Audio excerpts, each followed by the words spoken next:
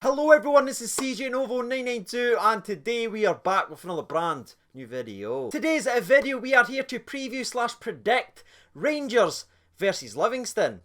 Again. Now I know you're probably sitting there thinking, CJ, how are you even going to make this interesting? You literally made an 11-minute video on Livingston just last week. How are you going to keep us in? How are you going to grasp our attention? And I'm going to be honest, I'm sitting here to tell you, I have not got a clue. But I'm certainly going to try, so let's dive into the quarter-final of the Scottish Cup. And as always, let's start off with the opposition then, shall we? And for the preview side of things, don't worry, I'm not going to sit here and read out the exact same notes I read out 8 days ago. Nah. Because you just need to think back. They took the lead versus us at Ibrox, right? Then when we equalised in the 55th minute and everyone was going mental, were they intimidated? Did they give up? Did they panic? No, they never. They didn't shriek away at all. In fact, they went ahead and took the lead again to make it 2-1 after Big Dykes absolutely manhandles Andy Halliday. But thankfully, it got incorrectly ruled for a foul. Now, wasn't it just that? I mean, they hit the bar, they missed a free header at the back post, and they forced Alan McGregor into a fantastic save with his feet once again to keep us in with a chance to beat them at our house. So to suggest that this cup tie is a bit of a dangerous one is pretty much an understatement. That was them away from home. Now, this time, they're at home, and the record at home speaks for itself. You just need to go back to last season where they bet us 1-0 with Dolly Menga scoring. And not only did we lose that game last year, I lost a fiver's worth of macaroni that day, chucking it out of the house. I couldn't even look at it. Back to football then, shall we? This will obviously be at the Tony Macaroni Stadium, meaning the return of the plastic parks. There's your thumbnail. Wait a second. Now, we're not going to get too much into the plastic park debate because we all know I absolutely hate it. I know the majority of you guys, but even those that hate it like myself, we know that that cannot be used as an excuse for going out and putting a piss poor performance out there. We still need to be dominating the game of football, whether it's on grass or plastic. And it is worth noting, by the way, in their most recent game versus Aberdeen, the plastic park ended up being a hindrance to Livingston as well. As the defender is sprinting back to tackle the Aberdeen guy who's gone through on goal, he ends up slipping on his own plastic park, right? The player slips and ends up completely chop blocking the Aberdeen player for a penalty. It's absolutely hilarious. Go and watch it. It's not a slide challenge. It's not a tackle. He's just running. He tries to stop, slips on the plastic and nearly takes the guy's kneecaps out. And speaking of that game versus Aberdeen, it is well worth noting, by the way, that Livingston just lost at home 2-0 versus the Sheep. But it has to be said, the way they lost this game was absolutely unbelievable. They missed 3 one-on-ones. 3 of them, right? They missed an open goal. The guy passed it round the goalkeeper, right? The boy just needed to hit it in. He missed the ball and fell on his jacks, eh? And when they were pushing for that late equaliser, they make a mistake. The Aberdeen boys runs through, and again, the aforementioned spear on the old shin blade. It was unbelievable. It was like watching peak Banter's Years Rangers. And I've got to be honest with you, I quite enjoyed watching it for another team. And lastly, going into this game versus Rangers, they're only expected to make one change from the team that was beat versus Aberdeen, and that's Big Dykes coming back to the lineup. Can I be honest with you? Not a sentence I ever thought I'd say. So to this week's press conference then, let's recap it and break it down. The two people that was involved in the official Rangers press conference, which you can find on the official Rangers YouTube channel, was Gary Mack and Joe frickin' Aribo. And in my opinion, this was one of the best Rangers press conferences in a very long time, especially with the conversation about halfway through regarding the old rotations and changes per game. And I absolutely love the way Mr. McAllister responded to these questions, because we all know that the rotation stuff comes up every single time now, right? We've got a big squad, there's people playing, we're playing basically every 3 days, the rotation comes up each and every single week. But Gary McAllister went a wee bit further into that, saying yes, confirming there will be a couple of changes or tweaks to the squad. But we went even further into detail by saying, going back and looking in last year, they've learned from their mistakes from last year, because they made chopping changes here or there for this game. They changed 4 or 5 players here. They changed it. They switched this and this round, and it never quite worked out. They were making too many changes. Now, a year on with them working together, they've realised that that was a mistake. Now, instead of making 4 or 5 changes, swapping this player to this position or that position, they're just tweaking the squad and keeping it rolling to keep the positive momentum going. And as a Rangers fan, that's so encouraging to see management being so open and honest and see that we are making the improvements. But again, it does make it very interesting to see the changes that we will be making in this game of football. If it is just the tweaks of the 1 and 2 players here or there, who do you think they are? And that's going to bring us to the first question of today's episode. Who would be the tweak or change for you?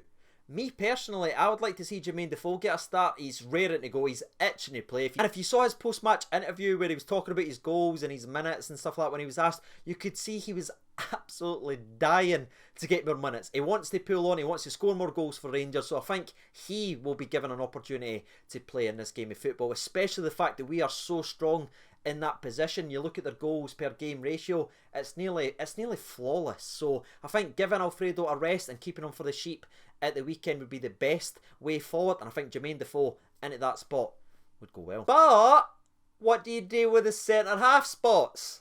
That's what I'm starting to wonder. Will we finally see Connor Goldson given a little bit of a rest, or once again will he be ever present so far this year? Edmondson, who I think's shown a lot of encouragement when the minutes that he was being given, especially in pre-season, he absolutely strolled it. So will we finally get to see him back in it? And also, will we see the return of the Croatian Prince Katic? I hope for Twitter's sake we do, because I can't handle another game, alright? The amount of times I get tagged and stuff saying, announce the free Katic movement again, I can't handle it, lads. And this question is always one of my favourite parts of every preview and prediction video, because as soon as the video goes out, there's so many of you guys that tune in every single video that I actually post up. You get involved, you share your opinion, and I like to see how you guys think, because it's different to me, and it just gets me excited for the game of football, gets the old battle fever going. So if you didn't mind getting involved in that, that'd be absolutely tremendous for me. I'd like to see free changes. If that's okay, I'll say free. I'd like to see Jermaine Defoe, Edmondson getting a game, and if we're not changing out the two centre-halves, I'd like to see Andy King be given an opportunity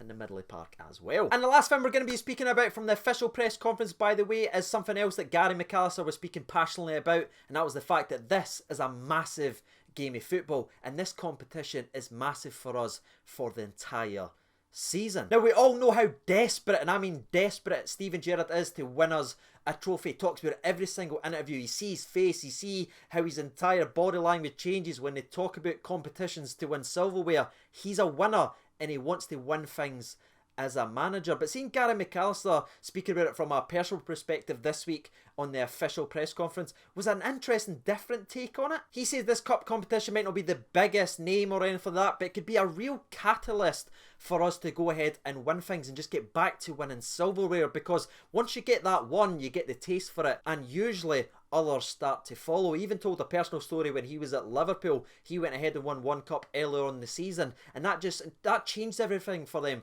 for the entire year, because that gave them the confidence, that inspired everyone, that put their shoulders up, and they were like, we can win things, now let's go and win more. And they went on to win a treble that year. So let's hope that Gary McAllister can now achieve that as an assistant manager for Rangers Football Club.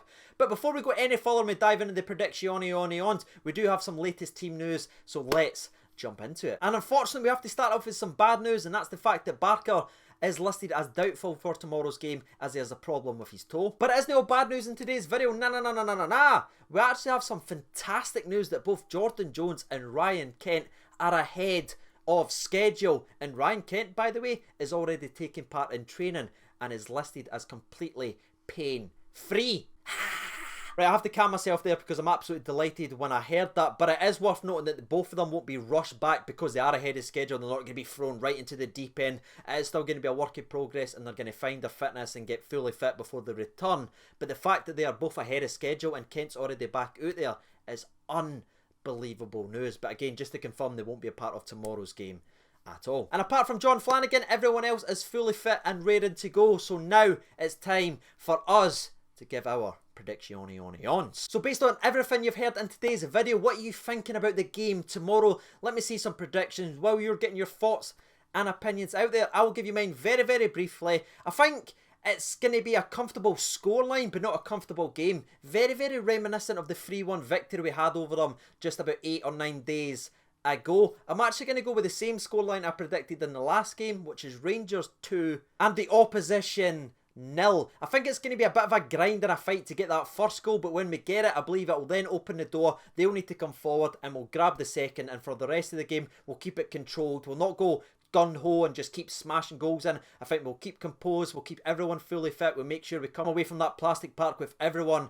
good to go for the game on Saturday. So my goal scorers are going to be Jermaine Defoe, because the stats suggest he's scoring every 47 minutes. So if he starts, he's going to score. It's just science at this point. And my second goal scorer, it has been a while since Tavernier scored a goal, so I think he's due one. So I'm going to go with Jermaine Defoe and Tavernier as my goal scorers. And now that me and thee have had their say, let's sit back and relax and hear from the people on Twitter. There's been 1,125 votes. Thank you so much for getting involved. 2% votes for the draw, 5% votes for Livingston, but the far and away winner, when 93% of the vote is a Rangers win. So let's see what the people's had to say. Daniel Woodward writes in 3-1 to the famous Jermaine Defoe.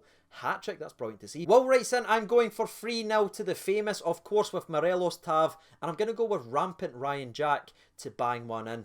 I don't think I'm ready. After his last couple of performances and the way he's playing, if he starts scoring, man, honestly, I'll reverse my grey hairs. That's exactly what will happen.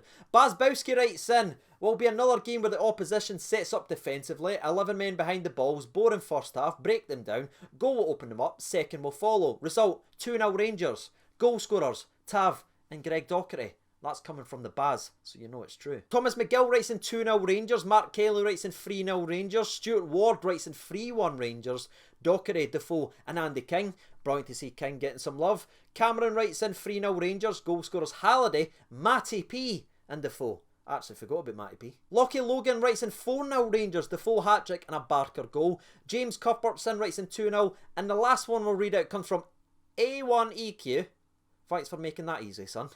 He writes in 2-0 to Rangers, Tav and Arfield doing the damage. So there it is, ladies and gentlemen, boys and girls. You've heard from the people. You've heard from myself. If you haven't done so already, you know what to do by now. Before we wrap up, I need to give a special mention to the absolute legends on the Patreon's account. If you would like to support the channel, the links for that is down there in the description below. And as always, I've been Sieging Over 92. Thank you so much for watching, and bye.